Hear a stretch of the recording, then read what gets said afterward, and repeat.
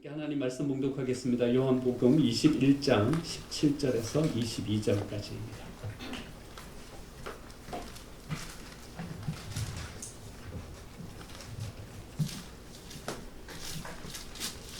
요한복음 21장 17절에서 22절까지입니다.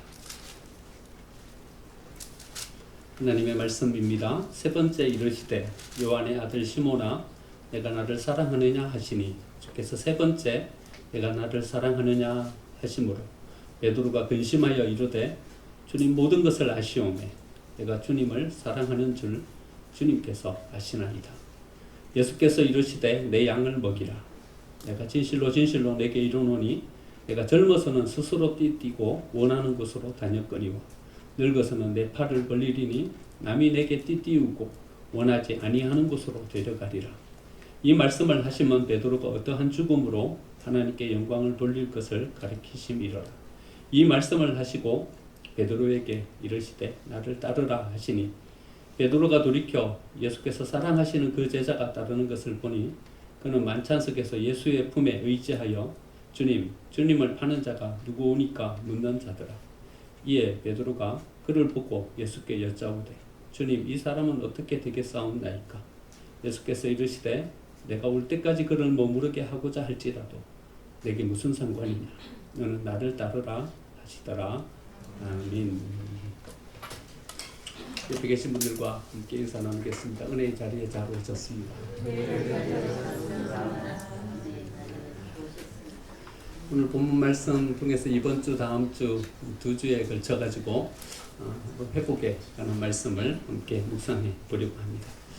여러분 교회 현관 나가면 맞은편에 아파트가 하나 있죠. 아파트 울타리에 장미가 예쁘게 피어 있습니다. 뭐 보셨습니까? 조그만 장미가요. 좀 그렇게 예쁘게 피어 있는지요. 교회를 나설 때마다 그 장미 앞에 한참 발걸음을 머무르게 돼요. 그래서 색깔을 어쩜 이렇게 예쁜 색깔이 여기서 나올 수 있을까? 쬐끔한데요. 있을 건 다 있어요. 거기 안에 꽃잎이 하나하나 이렇게 구성된 것을 이렇게 한참 쳐다보면요. 신비롭기가 그지없어요. 참 예쁘다. 장미 앞에 서갖고 한참 마음의 힐링을 하고 그래 집으로 갑니다. 좀 하나님께서 이렇게 예쁘게 모든 것들을 만들어 주셨을까 하는 생각을 가지게 됩니다. 5년 전에 우리 이쪽으로 이사할 때요. 한 권사님이 목양실에 들어오시더니 목양실이 왜 이렇게 썰렁합니까? 하면서 호접란을 하나 사다 주셨어요. 사다 주셨는데 제가 뭘 키우는 걸 되게 좋아하잖아요. 매해 꽃이 피어요. 매해 꽃이 피었는데요. 올해는요. 그동안에 피었던 것 중에서 최고로 멋지게 피었어요. 꽃도 풍성하게 올라왔고 꽃도 예쁘게 피었고 창문가에 있는 꽃을 이렇게 바라보면서 그런 생각을 했어요. 야, 누가 색칠을 해갖고 이렇게 예쁜 색칠을 칠할 수 있을까? 진한 분홍색인데요. 활짝 피어있는 그 꽃이 신비롭게 그지 없어요. 어쩜 이렇게 싹이 맨 처음에 작은 하나의 싹에서 시작되더니 이렇게 풍성하게 꽃을 피울 수 있을까? 하나님 참 신비롭습니다. 하나님 참 대단하십니다. 어쩜 이렇게 예쁘게 이 모든 것들을 만들어 가십니까? 한참 그 꽃을 바라보면서 이렇게 이야기를 하는데 하나님이 뜬데없이 저한테 이런 말씀을 해주셨어요. 마음속으로. 강인규 목사. 그래도 너는 나를 좀 알아주네. 꽃을 보면서 제가 하나님 참 대단하시네요. 어쩜 이렇게 예쁘게 만드셨어요. 그랬더니요. 하나님이 그래서 너는 나를 좀 알아주네. 사람들은 내가 아무리 예쁘게 만들어 놓고 아무리 신비롭게 만들어 놔도 그냥 지나치지. 나를 알아주질 않아. 요즘 너무 바쁘게 사람들이 삶을 살아가고 그래 말씀하시더라고요. 여러분 우리가 하나님을 잊어버리고 살아가고 있지는 않는가요? 너무 바쁘고 분주하게 살아가다 보니까요. 우리의 삶 가운데 긴밀하게 관여하셔서 역사해주고 계시는 하나님의 손길이 분명히 있는데 말이죠. 우리의 삶 가운데 임하셔갖고 미리 예비해 주시고 미리 준비해 주시면서 우리의 삶을 인도해 주고 계시는데 말이죠. 우리는 그 하나님의 손길을 느끼지도 못하고 알지도 못한 채 우리의 삶을 살아가고 있단 말이죠. 여러분, 감사 헌금을 하는 것만 봐도 그래요. 제가 헌금 얘기하려고 하는 게 아니라요. 감사하는 헌금이 없어졌어요. 감사 헌금을 안 하세요. 왜 감사 헌금을 안 하실까? 여러분, 우리의 마음 가운데 그만큼 감사가 없어져 버린 게 아닐까요? 헌금 문제가 아니라 이 감사하는 마음이 없어져 버린 거예요. 내가 땀 흘려서 한 것이지 뭐. 내가 내 지혜로 이룬 것이지 뭐. 이래 생각하는 거예요. 하나님이 우리를 도와주셔서 우리 속에 은혜를 베풀어 주셔서 이 모든 것들이 세워졌다 하는 이 마음이 우리 속에서 사라져 버린 거예요. 하나님 앞에 감사의 마음이 없어져 버렸어요. 11조를 해도요. 이런 고백이 없어요. 원래 11조는 이런 고백이잖아요. 나한테 주신 모든 수입이 하나님께로부터 온 것입니다. 하나님이 이 모든 것들을 내게 다 허락해 주셨습니다. 그 고백으로 드리는 것이 11조잖아요. 그런데 우리가 드리는 11조는 율법이에요. 이 고백이 없어요. 억지로 하는 거예요. 그냥 해야 되는 의무니까 11조를 드리는 거예요. 내가 내 지혜로 한 달 수입을 얻은 것이지 하나님이 주신 거야 이게. 내가 땀 흘려서 내가 번 돈인 거지. 이게 하나님께서 내게 허락해 주신 거야. 이 고백이 없는 거예요. 우리의 삶 가운데 긴밀히 하나님은 훅 들어오셔서 우리의 삶 속에 관여하고 계시고 우리의 삶을 세워주고 계시는데요. 우리는 그런 하나님에 대한 어떤 느낌이 없던 거예요. 그러면 좀 여유를 한번 가져보세요. 한번 가던 길을 멈추어서 보세요. 그러면요, 그 속에 숨어있는 하나님이 보여요. 꽃 속에. 그 모든 것을 창조하시고 그 모든 것을 아름답게 조성하신 하나님이 보여요. 멈추어 서서 우리의 삶을 바라보면요, 오묘한 손길로 우리의 삶을 다듬어 가시고 우리의 삶을 세워 가시는 그 하나님을 비로소 느낄 수 있게 되는 거죠. 여러분, 멈추어 서서 바라보면요, 우리의 마음 가운데 뭉클함을 가지고요, 하나님이 이렇게 아름답게 모든 것을 창조해 주셨구나. 하나님께서 이렇게 세미한 어떤 손길로 우리의 삶을 만지고 계시는구나 하는 것을 느끼게 되는 것입니다.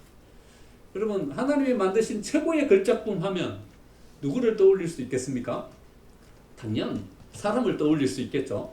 하나님이 만드신 창조 세계를 바라보면요, 우리는 이 감동 가운데 감탄사를 표현하면서요, 할렐루야, 너무나도 예쁘다, 어쩜 이렇게 예쁠 수가 있을까, 이런 감탄사를 내면서 그 아름다운 창조물을 바라보죠. 그런데요, 사람이 하나님이 만드신 피조물 중에서 제일 걸작품이에요. 옆 사람을 한번 보세요.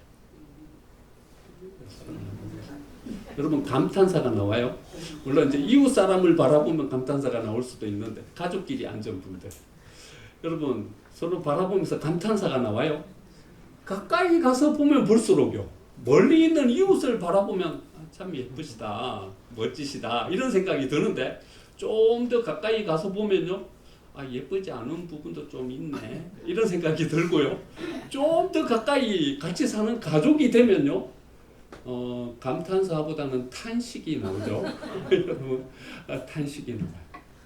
하나님의 가장 아름다운 걸작품인데, 여러분, 자연에서 장미만 봐도 감탄사가 나오는데 말이죠.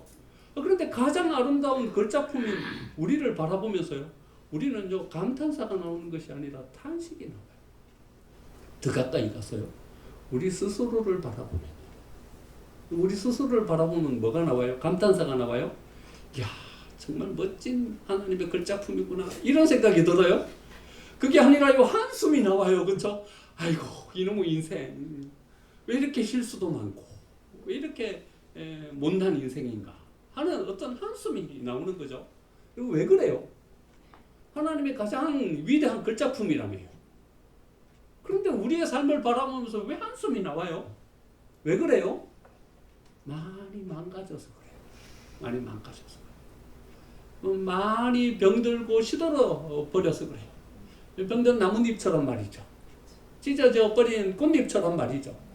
여러분, 우리의 삶이 그렇게 망가지고 깨지고 시들어져 버리고 병들어 버렸기 때문에요. 우리의 삶이 이래 돼버린 거죠. 그러면 우리 인간의 삶을 바라보면서 사람들은 두 가지 생각을 가지고 바라봐요. 인류학자들은요, 우리 사람을 바라볼 때 어떻게 바라보냐 하면요, 원숭이가 진화돼 가지고 이렇게 됐대요. 그러니까 원숭이에서 많이 발전한 거죠. 이래 우리가 멋진 모습으로 이제 인간으로 섰다 이렇게 바라봐요. 근데 성경은 뭐라고 말하냐 하면요, 하나님이 우리를 창조하셨다 이렇게 바라봐요. 둘 중에 하나예요, 그렇죠? 많이 발전해갖고 지금 이 모습이 됐든지, 아니면 많이 망가져가지고 지금 이 모습이 됐든지 둘 중에 하나예요. 그럼 뭘까요? 많이 발전해갖고 우아해져가지고 이 모습이 된 걸까요? 아니면 많이 망가져갖고 이 모습이 된 걸까요? 많이 망가져갖고 이 모습이 됐겠죠? 옆에 계신 분들 한번 바라보면서 이를 한번 이야기해 보시죠. 집사님 많이 망가지셨군요. 여러분, 우리 많이 망가진 거예요. 아담과 한번 비교를 해보면 말이죠. 아담이 맨 처음 하나님 앞에 지원 받아가지고요, 받은 사명이 모든 피조물들의 이름을 짓는 거였잖아요. 그렇죠?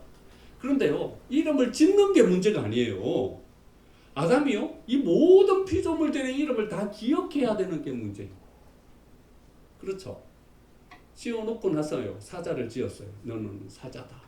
그 다음날 가고 헷갈리는 거예요. 헷갈려갖고 사자한테 야, 이 돼지야 이렇게 부른 거예요. 사자가 어저께는 분명히 나보고 사자라 그러더니 오늘은 나보고 돼지래. 야, 너는 사자야 돼지야 이렇게 헷갈리는 거예요. 근데 그 다음 날에는 더 많은 피조물들이 와가지고요, 아담이 더 헷갈린 거예요. 그래가지고 그 사자한테 오늘은 개라고 불렀네요. 야, 강아지야 일로 와봐.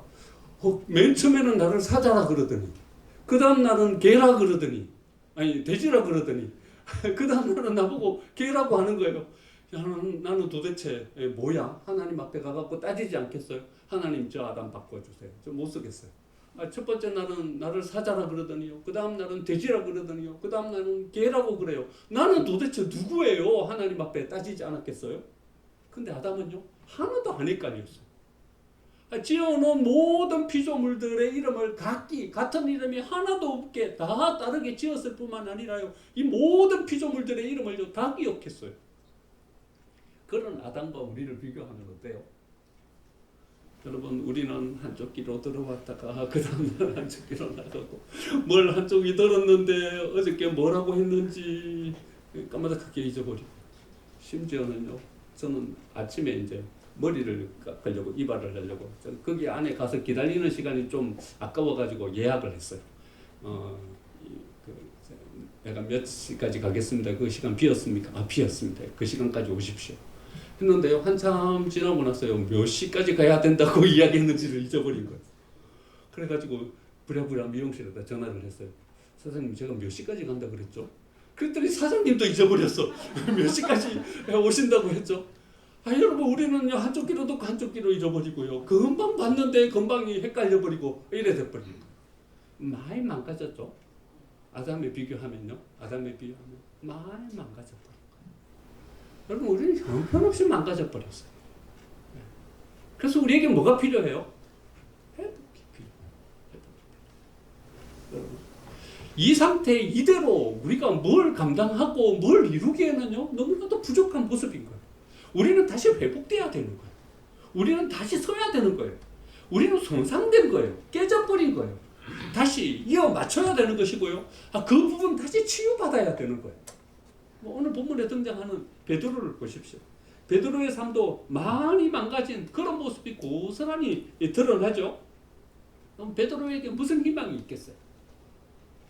그럼 베드로가 뭘 할 수 있는 사람이에요? 베드로의 삶을 바라보면요, 이런 단어들이 훨씬 더 어울려요. 부인한 사람, 부족한 사람, 부당한 사람, 제자로서는 부적합한 사람. 이런 단어들이 베드로에게 훨씬 더 잘 어울리는 단어들인 것입니다. 저는 그리스도시요 살아계신 하나님의 아들이시니이다. 멋진 고백을 했어요. 예수님이 그 고백을 듣고 얼마나 기쁘셨는지요. 베드로, 그때까지만 해도 시몬이었어요. 시몬, 너는 이제 시몬이 아니다. 이제 너의 이름을 베드로 반석이라고 지어주겠다. 너는 이제 반석이다. 이렇게 이름을 바꿔줬어요. 그 반석 위에다 내가 교회를 세우겠다. 여러분 얼마나 큰 축복과 은혜의 말씀이에요. 네가 땅에서 뭘 매면 내가 하늘에서도 맬 것이다. 네가 땅에서 뭘 풀면 내가 하늘에서도 풀 것이다. 여러분 베드로에게 주어진 이 축복이 얼마나 큰 축복이에요. 일로 말로 표현할 수 없는 엄청난 복을 받게 되는 거죠. 큰 축복을 받고 얼마 지나지도 않았어요. 몇 분 지나지도 않았어요. 예수님이 내가 십자가를 지고 고난을 받게 될 것이다. 예수님 안 됩니다. 그러다가 예수님께 어떤 빈찬을 받았어요? 사단아 내 뒤로 물러가라. 베드로는 너무 부족한 사람인 거예요. 너무 부족한 사람. 예수님이 겟세마네 동산으로 제자들을 이끌고 가면서 그래 이야기를 했어요. 오늘 밤 너희들이 다 나를 버리고 흩어질 것이다. 고난이 닥치게 되면 내 옆에 아무도 남아있는 사람이 없을 것이다. 베드로가 혼장담했어요. 예수님 그런 걱정은 마십시오. 모든 사람들이 다 주를 버리고 떠날지라도 나는 주를 버리고 떠나는 일은 없습니다. 혼장담하면서 갔어요. 그런데 베드로 어떻게 됐어요? 군병들이 들이닥치자 칼을 빼들고 설치더니요. 조금 뒤에 보니까 온데간데 없어졌어요. 예수님만 덩그러니 혼자 군병들에게 잡혀가고요. 그 옆에 남아있는 제자는 한 명도 없었어요. 다 도망가 버렸어요. 심지어 어떤 제자는요. 옷도 입지 않고 알몸으로 도망가는 제자들도 있었어요. 그뿐만 아니라 베드로는요. 작은 여종 앞에 나는 예수님을 모른다. 저주하면서 예수님을 부인했어요. 좀 전까지 뭐라 그랬어요? 모든 사람들이 다 주를 떠날지라도 나는 주를 떠나지 않습니다. 걱정하지 마십시오. 이렇게 호언장담하던 제자였어요. 여러분 다른 제자들은 데리고 가지 않은 곳에 베드로를 데리고 가신 적이 많죠. 변화산에 올라갈 때 베드로, 야고보, 요한 세 제자만 데리고 갔어요. 야이로의 회당장의 딸을 살릴 때 다른 제자들은 거기 들어오지도 못했어요. 베드로, 야고보, 요한 이 세 제자만 데리고 나아갔어요. 겟세마네 동산 맨 꼭대기에서 예수님 기도하실 때 누구만 데리고 갔어요? 베드로, 야고보, 요한 이 세 제자만 데리고 갔어요. 너희들은 나와 함께 기도해라. 여러분 특별한 선택을 받은 제자이죠. 근데 베드로의 모습은 어떠했습니까? 너무나도 부족한 모습을 드러내는 거예요. 변화산 위에 올라가서는요. 여기다 초막셋을 짓고 여기 함께 살았으면 좋겠습니다. 이러더니 이제는 나중에 예수님을 모른다고 부인해버리는 어처구니 없는 일을 저질러 나와 함께 기도하자 그랬는데 거기서 너무나도 부족한 모습을 나타내죠. 거기서 그냥 자버리는 졸음을 이기지 못하는 이런 모습을 드러내는 것입니다. 그리고는 예수님이 부활하고 승천하시고 난 다음에 베드로는 이렇게 이야기합니다. 나는 물고기 잡으러 가겠다. 여러분 베드로가 나는 물고기 잡으러 가겠다라는 이 말을 어떻게 들으십니까? 베드로가 이제는 아이고 예수님 승천하시고 여기 안 계시니까 나는 다시 물고기 잡는 어부가 되겠다 이 말입니까? 이 말이 아니에요. 베드로의 이 말은요 절망의 고백인 거예요. 절망인 거예요. 내가 여기서 도대체 뭘 할 수 있겠는가? 내가 제자로서 사도로서 하나님 앞에 불림받은 사람으로서 내가 어떤 역할을 감당하는 것은 나는 도저히 불가능한 사람. 나는 뭐에 딱 어울리는 사람인가 하면 저기 가가지고 물고기나 잡는 어부 거기에 딱 어울리는 사람이다. 내가 예수님의 제자가 되어서 뭔 사역을 감당하는 사람? 그런 사람으로 나는 자격이 없는 사람이다. 내가 사도들을 이끌고 사도들의 리더로서 어떤 역할을 감당하는 사람? 그런 사람으로 나는 자격이 없는 사람이다. 여러분 베드로의 절망의 고백인 거예요. 그냥 직업을 바꿔서 물고기 잡는 어부가 된다는 것이 아니라 내가 할 수 있는 것은 아무것도 없다는 절망 고백인 것이죠. 그런 베드로를 예수님께서 찾아오신 것입니다. 그러면 이 말씀은 우리가 한번 묵상해 본 적이 있죠. 예수님이 맨 처음에 묻기를 뭘로 물으신 거예요? 이렇게 물으신 거예요. 네가 아가페의 사랑으로 나를 사랑할 수 없냐? 이렇게 베드로는 어떻게 고백해요? 예수님 나는 필레오의 사랑으로밖에 예수님을 사랑하지 않는 줄 주님께서 아시지 않습니까? 이 고백이 이 두 예수님의 질문과 베드로의 대답은요 서로 안 맞는 질문과 대답인 거예요. 예수님은 베드로에게 네가 좀 조건과 상황 이런 거 보고서 나를 사랑하고 따르고 이런 사람이 아니라 어떤 상황 속에서도 나를 따를 수 있는 그런 제자가 될 수 없겠니? 이 질문인 거예요. 근데 베드로는요, 자기를 너무 잘하는 거예요. 너무나도 부족한, 너무나도 연약한 제자로 서는 것은 합당치 않은 그런 사람인 것을 스스로 아는 거예요. 오늘 이렇게 고백하죠. 주님 모든 것을 아시오며. 여러분 모든 것을 아시오며 이 고백이 어떤 고백이에요? 자기의 실수가 점첩된 자기의 삶을 고스란히 하나님 앞에 내어놓고 고백하는 이 고백인 거예요. 예수님, 내가 그렇게 실수하고 넘어지고 허약한 모습으로 서 있는 것을 예수님 다 알지 않습니까? 그런데 내가 아가페의 사랑으로 모든 상황 속에서도 똑같은 사랑으로 예수님을 어떻게 사랑합니까? 그래 사랑하지 못하는 질 예수님이 더 잘 아시지 않습니까? 그런데 예수님은 베드로에게 뭐라고 말씀하시냐면요, 내 양을 먹이라 말씀하십니다. 그러니까요, 여러분, 예수님이 내 양을 먹이라 라고 말씀하시는 그 베드로의 대답과 예수님의 이 내 양을 먹이라 라고 말씀하시는 이 말씀 사이에는 뭔가 생략돼 있어요. 그렇죠? 생략돼 있어요. 베드로는 못합니다 이렇게 말하잖아요. 그런데 예수님은 내 양을 먹이라 라고 말씀하시잖아요. 뭐가 생략됐어요? 뭐가 생략됐냐 하면요, 회복의 은혜라는 것이 생략된 거예요. 여러분, 앞으로 주어지는 일들을 바라보면요, 여러분, 베드로가 당장 가가지고 교회 앞에 서고 당장 가가지고 어떤 사역자고 사역을 하는 사람으로 섭니까? 안 그렇습니다. 그 중간에 어떤 사건이 벌어지죠. 어떤 사건이 벌어져요? 성령의 임재라는 사건이 벌어져요. 여러분, 하나님이 우리를 하나님의 사역자로 세우실 때요, 부족하고 연약한 너덜너덜한 상처 입고 깨지고 형편없는 그런 모습으로 사역자로 세우지 않으세요. 그 중간에 반드시 하나님은요, 회복이라는 과정을 통해서 우리를 다시 세우시고 난 다음에 우리에게 능력을 주시고 난 다음에 그 다음에 우리를 하나님의 사람으로 세워서 하나님의 일을 감당하게 하시는 것입니다. 우리 하나님의 최고의 걸작품임에도 불구하고요, 하나님께서 바라보시기에 심히 좋았더라 라고 말씀하신 그런 아름다운 모습임에도 불구하고요, 우리는 모든 것들을 다 상실해버리고 잃어버립니다. 우리에게 필요한 것은요, 회복이 아니에요. 하나님은요, 우리를 회복시키시는 거예요. 우리를요, 실패자의 자리, 그것으로 우리의 인생이 끝나지 않도록 우리를 다시 회복시키시는 거예요. 우리의 실패가 우리의 인생의 끝이 되지 않도록 우리를 다시 회복시키시는 거예요. 여러분, 엘리야가요, 850명의 이방 신을 섬기는 제사장들과 대결을 벌이고 난 다음에요, 기진해버렸어요. 다 탈진해버렸어요. 여러분, 850명의 바알 아세라 제사장들과 싸울 때만 해도요, 이 엘리야의 모습은요, 기세등등했죠. 에너지가 넘쳤어요. 그런데요, 사람이 쓰는 에너지라는 것이 한계가 있잖아요. 다 소진되고 나니까는요, 엘리야는 형편없는 모습으로 전락해버려요. 그리고 하나님 앞에 이렇게 이야기합니다. 하나님, 나를 죽여주세요.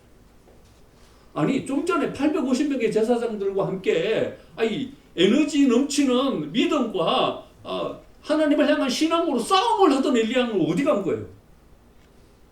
기진맥진해버린 거예요. 그래서 하나님은요, 로뎀나무 아래 엘리야를 높이십니다. 그리고 까마귀를 데려다가요, 이렇게 물을 먹이시고 떡을 먹이시고, 엘리야가 거기서 뭐 해요? 자고 일어나서 먹고 자고 일어나서 마시고, 이 회복의 과정을 거치게 하시죠. 하나님은 엘리야를 그냥 쓰셔요? 그냥 쓰지 않으셔요. 로뎀나무 아래서 그를 다시 회복시키시고 다시 세우시는 이 과정을 겪게 하십니다. 베드로의 이 너덜너덜한 모습, 처절한 실패자의 모습, 여러분 그대로 세우십니까? 아니요. 그들은 두려워서 마가나의 다락방에서요, 문을 걸어 잠그고 밖으로 나가지도 못하는 사람들이었어요. 하지만 그 마가의 다락방 한가운데로 성령 하나님이 임재하시잖아요. 그리고는 그들을 다시 세워주시잖아요. 베드로의 이 실패가 그의 인생의 끝이 되지 않게 만들어 주시잖아요. 그를 다시 세워서 이제는 그 문을 박차고 광장으로 나아가서 예수가 그리스도라고 증거할 수 있는 사람으로 그를 다시 세워 주십니다. 성전 미문의 안전, 날대의 학부터 한 번도 걸어본 적이 없는 장애인을 향하여서 내가 은과 금은 없지만은 내게 있는 것으로 내게 주노니 일어나 걸어라. 그 장애인을 이렇게 세우게 해 주시잖아요. 이제는 작은 비자가 아니라 공의회 앞에서요. 이제는 베드로의 생명을 사형으로 운동할 수 있는 그 권한을 가진 그 사람들 앞에서 담대하게 선포하잖아요. 예수가 그리스도라. 하나님 앞에서 사람의 말을 듣는 것과 하나님의 말씀을 전하는 것, 어떤 것이 더 나은 것인지 너희들이 한번 판단해 보라고 담대하게 선포하잖아요. 회복된 엘리야는 어떠합니까? 40주 40야를 뛰었어요. 좀 전에 어떤 엘리야였어요? 하나님 나를 죽여주세요. 나를 죽여주세요. 이렇게 고백했던 엘리야예요. 회복되고 나니까요. 40주 40야를 뛰어서 하나님의 산 호렙에 이르잖아요. 거기서 하나님으로부터 또 다른 새로운 사명을 받아서 서게 되지 않습니까? 그럼 하나님은 우리의 인생이 실패로 끝나지 않게 만들어 주시는 분이십니다. 여러분 믿으십니까? 하나님은 우리를 회복시켜 주시는 분이십니다. 그래서요, 우리는요, 하나님께로 나아가면요, 회복의 은혜를 누릴 수 있게 되는 것입니다. 하나님만이 우리를 회복시키실 수 있어요. 여러분, 제가 어떤 영상을 봤는데요, 영상을 보니까는요, 그 영상 안에서 저는 이 고백을 했어요. 아, 정말로 하나님만이 우리를 회복시켜 주실 수 있는 것이구나. 제가 그 영상 가운데 봤어요. 어떤 영상인가 하면요, 우리 몸의 어떤 DNA의 구조에 대해서 이렇게 설명해 놓은 그런 영상이었어요. 우리 몸에서 설계도가 있죠. 설계도가 있어요. 이 건물에 설계도가 있어요. 그렇죠? 그렇죠. 우리 몸에도 설계도가 있는데요. 그게 DNA예요. DNA는요, GC와 AT라는 두 개의 어떤 그 단백질 구조가 나선형으로 이렇게 되어 있는, 이게 이제 몸의 설계도예요. 근데 그 영상에서 이렇게 이야기하고 있어요. 대장균. 실제인지는 모르겠어요. 우리 손이 이렇게 보면 손이 멀쩡하니 아무것도 안 보이잖아요. 그렇죠? 근데 현미경으로 바라보면요, 우리 몸은 대장균으로 뒤덮여 있대요. 그렇게 대장균이 많대요, 손에요. 그런데 눈에 보이지도 않는 이 대장균 하나를 요 DNA로 되어 있는 나선형 구조, 요 설계도로 풀어서 다 풀어냈대요. 이 과학자들이 참 할 일이 없죠, 그렇죠? 다 이것을 풀어가지고 설계도를 다 풀어서 했는데요. 얼마만큼 분량이 나오냐 하면요. 그래서 제가 이 책을 갖고 왔어요. 백과사전 1000페이지. 제가 보니까 이 백과사전이 1080페이지까지 되어 있어요. 1079, 1080페이지까지 되어 있어요. 대장균 한 마리의 DNA를 풀었는데요. 얼마만큼의 분량이 나왔냐 하면요. 이 백과사전, 이렇게 빼고 깎겠어요. 백과사전 한 권의 분량의 설계도가 나왔어요. 눈에 보이지도 않는 대장균 한 마리의 설계도가요. 이만큼의 분량을 가진 설계도가 나왔다는 거예요. 그러면서 이제 또 설명을 이어가는 거예요. 우리 몸의 세포요. 이 세포 하나. 이 세포 하나는요, 대장균과는 비교가 되지 않는 거예요. 훨씬 더 복잡하고요. 훨씬 더 치밀해요. 우리 몸의 세포 하나를 딱 가지고 나와가지고 DNA의 어떤 구조를 풀어가지고 쭉 나열하면 어떻게 되냐 하면요. 이런 백과사전이요. 1000권 나온다. 세포 하나가요. 우리 몸의 세포 하나. 1000권 나온다.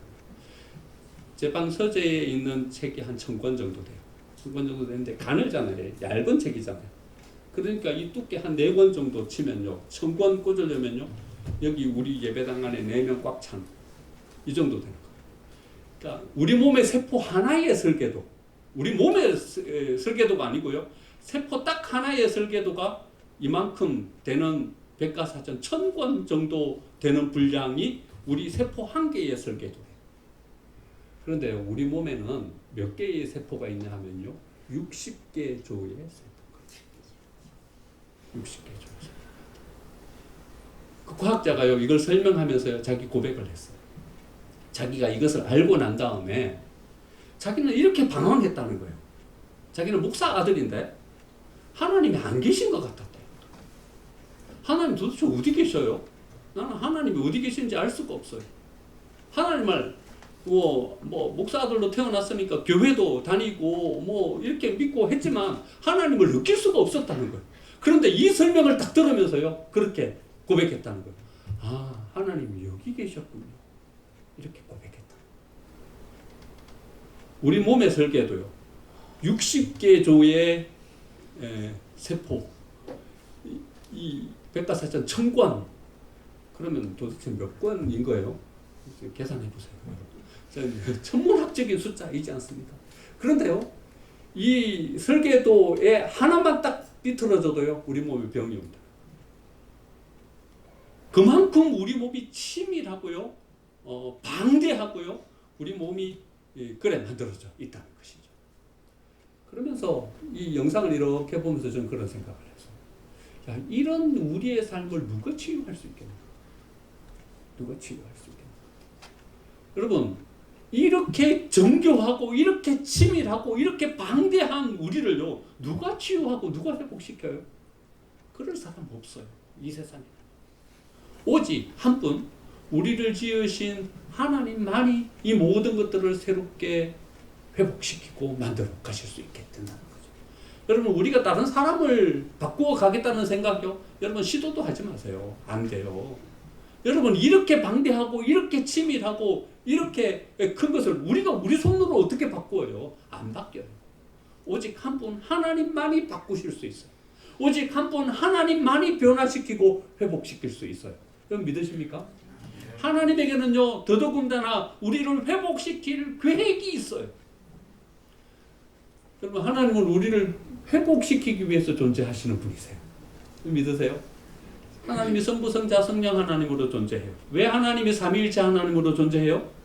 우리를 구원시키시고 우리를 회복시키기 위해서 삼위일체 하나님으로 존재해요. 여러분, 하나님께서 아브라함을 선택하셨어요. 여러분, 왜 아브라함을 선택하셨어요? 저와 여러분을 구원시키고 회복시키기 위해서 아브라함을 선택하셨어요.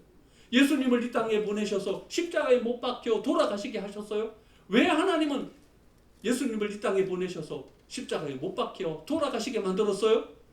저와 여러분을 구원하고 회복시키기 위해서 예수님을 그 고난 가운데 몰아 넣으셨어요.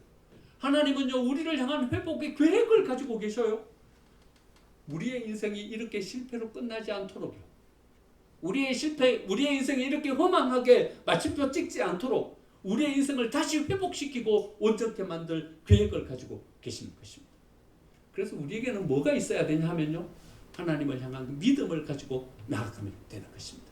어떠한 상황 속에 놓여 있든지 하나님은 나를 회복시키는 분이라는 믿음을 가지고 나아갈 때 우리는 그 하나님의 은혜를 누릴 수 있는 사람이 될 수 있는 것입니다. 여러분, 우리가 좋은 환경, 좋은 여건 속에 있을 때 하나님을 잘 섬기고 믿는 것은요, 누구나 가능한 일입니다. 여러분, 하나님의 은혜 가운데 놓여져 있는데 하나님 못 섬길 사람이 어디 있습니까? 하나님이 나한테 복을 주고 계시고 모든 일들이 술술 풀리고 잘 되는데 하나님을 찬양하지 않을 사람이 어디 있습니까? 그런데 문제는요, 우리가 어려움이 닥쳤을 때, 우리가 고난이 닥쳤을 때, 일이 잘 안 될 때요, 우리의 마음이 뒤틀려져 가지고 엉통 엉망이 되어 버렸을 때, 그때라도 우리는요, 하나님은 나를 회복시켜 주실 것이라는, 나를 온전히 다시 세워 주실 것이라는 믿음을 가지고 나아가면 되는 것입니다. 이것은 하나님이 그런 계획을 가지고 이미 태초부터 존재하고 계시고 하나님의 모든 역사가 우리를 구원하시고 우리를 회복시킬 역사이기 때문에 그러한 것입니다. 우리가 믿음을 가지고 나아가면 하나님은 우리의 믿음을 보시고 이 역사를 우리 속에 허락해 주시는 것입니다. 우리는 많이 망가져 있습니다. 많이 망가져 있습니다. 우리는 깨지고 손상되어 있습니다. 저와 여러분은 회복이 필요한 사람입니다. 하지만 하나님께로 나아가면요, 하나님은 우리를 회복시켜 주십니다. 우리를 온전케 다시 빚어서 우리를 만들어 주실 것입니다. 하나님께서 우리에게 허락해 주신 이 회복의 은혜를 우리의 삶 가운데 긴밀히 누리는 저와 여러분의 삶이 되시기를 간절히 축원합니다.